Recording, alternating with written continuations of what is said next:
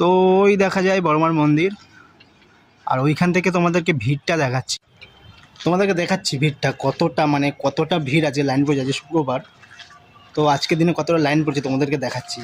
আর তোমরা যদি খুব অল্প ভিড়ে পুজো দিতে যাও তাহলে কোন দিনকে আসবে এই ভিডিওটাই আমরা বলে দেবো।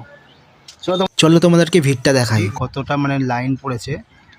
তো তোমাদেরকে দেখাচ্ছি, পুরো দেখতে পাচ্ছ তো। ওইখান থেকে এই যে গঙ্গার পাড়ের দিকে আসছে, এই যে গঙ্গার, আর এদিক থেকে এসে লাইনটা ঠিক এই যে স্বপ্নবিধি পার্ক, আর এই যে লাইন দেখতে পাচ্ছ,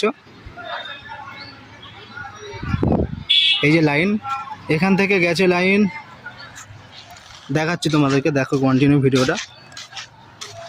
আমি এখান থেকে দেখা যাচ্ছে না, অনেক বাড়িঘর আছে তো ওই দেখো কত অব্দি লাইন আছে, ঠিক আছে তো। ওই যে লাইন, এখনও লাইন হবে। এখন কটা বাজে, 11টা মতন বাজে, এখনই এরকম লাইন আছে। 4টে বাজলে মোটামুটি ওই রাস্তা পর্যন্ত ভরে যাবে, অত অনেক দূর চলে যাবে লাইন, মিলগেটের সামনের দিকে চলে যাবে। তো তোমাদেরকে বলবো, বড়মার মন্দিরে যদি পুজো দিতে আসো তাহলে ঠিক বৃহস্পতিবার কি বুধবার দিনকে আসো।